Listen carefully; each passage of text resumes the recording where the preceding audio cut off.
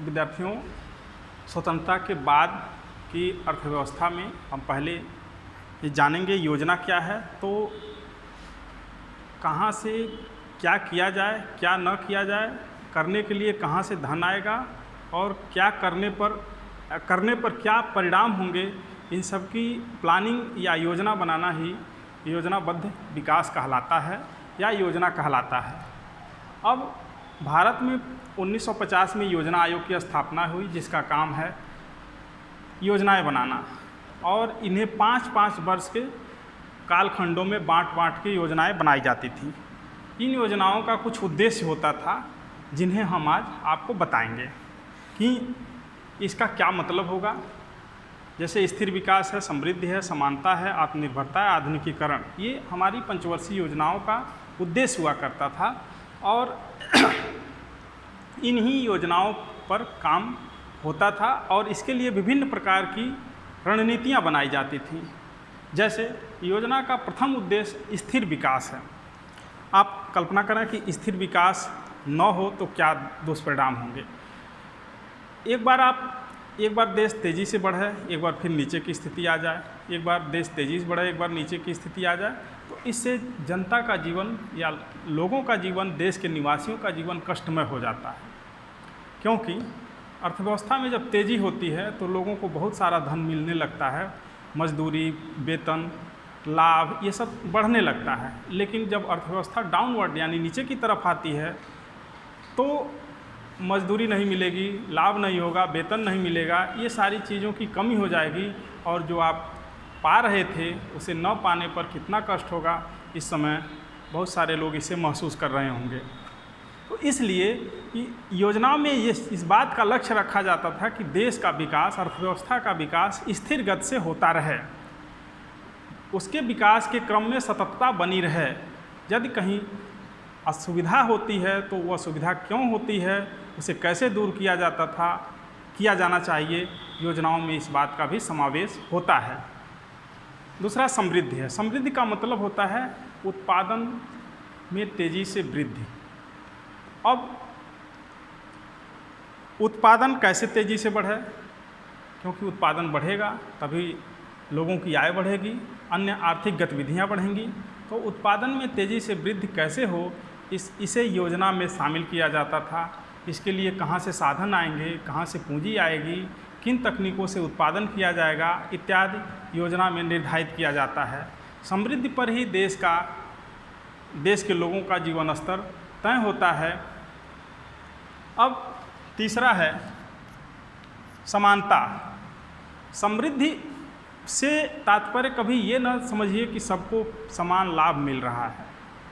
कारण कि यदि कोई एक देश में कोई 10 व्यक्ति भी बहुत तेज़ उत्पादन कर रहे हैं तो देश समृद्ध हो रहा है, लेकिन देश का विकास हो रहा है या देश में समानता आ रही है, ये तय नहीं किया जा सकता उसके तहत। इसलिए योजना का उद्देश्य समानता के साथ विकास, समानता लाने के लिए लोगों के न्यूनतम जीवन स्तर को सुनिश्चित करने वाली नीतियाँ बनाई जाती हैं। ऐसे उपाय किए जाते हैं कि समृद्धशाली क्षेत्रों से जो लाभ निकलता हो या समृद्ध लोगों को जो लाभ मिलता हो, उसका वितरण निचले स्तर तक जाए। इसे समानता का उद्देश्य कहते हैं। इसके तहत सरकार टैक्सेशन करती है, यानी कर लगाती है अमीर लोगों पर, गरीब लोगों को अनुदान देती है। बहुत सारी ऐसी गतिविधियाँ होती हैं जो गरीबों के जीवन स्तर को बढ़ाती हैं। तो ये सारी गतिविधियाँ देश में समानता लाने का प्रयास होती हैं। चौथा है आत्मनिर्भरता। आत्मनिर्भरता मतलब अपने आप में निर्भर हो जाना। देश के लिए यह उद्देश्य इसलिए तय किया गया कि जिन चीज़ों को भारत बना सकता था या बना सकता है, उन चीज़ों को कम से कम बाहर से आयात न किया जाए। जैसे बहुत सारी चीज़ों में भारत को सुविधा प्राप्त नहीं है कि सबको वो बना लेगा, लेकिन बहुत सारी चीज़ें ऐसी हैं जिन्हें भारत बना सकता था, बना सकता है। इसलिए इन चीज़ों को भारत में बनाया जाना चाहिए ताकि विदेशों पर, दूसरे देशों पर कम से कम निर्भर रहना पड़े। आज आप देखते हैं कि बहुत सारी चीज़ें चीन से आती हैं। चीन आज हमारे ऊपर अटैक कर रहा है, हमें दबाना चाहता है, लेकिन अब हम उसे आत्मनिर्भर होकर इसलिए जवाब दे सकते हैं क्योंकि हम खुद सक्षम हों। हम सक्षम हो जाएंगे तो चीन की हेकड़ी अपने आप गायब हो जाएगी। कारण कि बहुत बड़ा बाज़ार है, हम मोबाइल उससे ख़रीदते हैं, टीवी उसके यहाँ बनी होती हैं, जितने भी आप घर में सामान देख रहे हैं विशेषकर इलेक्ट्रॉनिक, वो सब चीन की बनी होती है। हम पैसा लगाते हैं, चीन मजबूत होता है और हम ही को उससे दबाना चाह रहा है। तो इसलिए आत्मनिर्भरता ज़रूरी हो गई है। अब बहुत सारी चीज़ें देश में बनने लगी हैं। जैसे जब कोरोना आया था तो बहुत सारी चीज़ें बाहर से आती थी, लेकिन इसी 4-5 महीने में ऐसी बहुत सी चीज़ें जैसे कोरोना जांच किट और उसके मास्क, उसके पीपी किट जो अपने आप को प्रोटेक्शन करते हैं, वो सारे किट यहाँ अब बनने लगे हैं। आपको जानकर आश्चर्य होगा, जो हैंड सैनिटाइज़र है वो बहुत कम मात्रा में बनता था, लेकिन अब हर दुकान पर आपको उपलब्ध होगा। तो ऐसा जब हम ठान लेंगे कि हमें आत्मनिर्भर होना है तो हम हो भी जाएंगे, ऐसा विश्वास है। तो आत्मनिर्भरता का उद्देश्य यही है कि विदेशों पर कम से कम निर्भरता, ताकि भारत संकट काल में अपने किसी के दबाव में आए बिना अपने लक्ष्यों को प्राप्त कर सके। आधुनिकीकरण अंतिम पॉइंट है। आधुनिकीकरण योजना का जो उद्देश्य है, आधुनिकीकरण सबसे महत्वपूर्ण है। आधुनिकीकरण 2 अर्थों में आएगा, एक तो औद्योगिक और दूसरा सामाजिक। औद्योगिक क्षेत्र में जो पुरानी परंपराएं हैं, पुरानी मशीनें हैं, उनको आधुनिक बनाया जाए ताकि तेज़ी से उत्पादन हो, अच्छी क्वालिटी का उत्पादन हो।